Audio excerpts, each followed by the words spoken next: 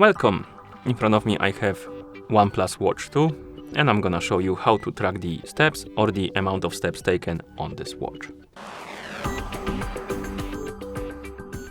We can track the steps on this watch in a couple of ways. The first way is to do it on the watch face, because some of the watch faces display the step counter. So if we open the watch face menu and find the watch face that displays it, it should be one somewhere.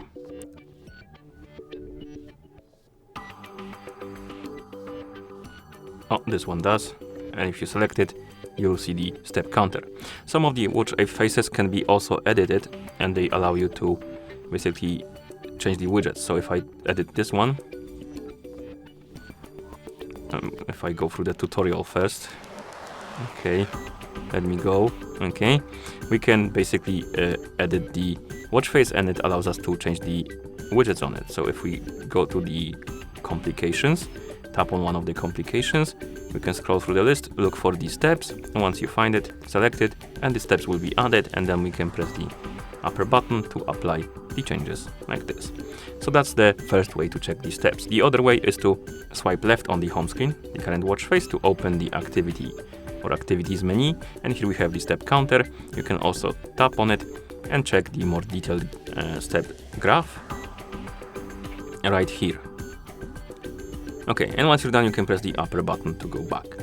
And the last way to check the amount of steps taken on your watch is to use the phone application. So if your watch is paired with a phone, you can basically open the All Health app on your phone that's paired with your watch, and on that app you can, or rather in that app, you can check the step statistics. So let's zoom out the camera. Okay, let's open the All Health application on the phone that is paired with our watch. And here we have daily activity and we have steps. You can also, I believe, scroll down. No, not scroll down. I need to tap on steps right here.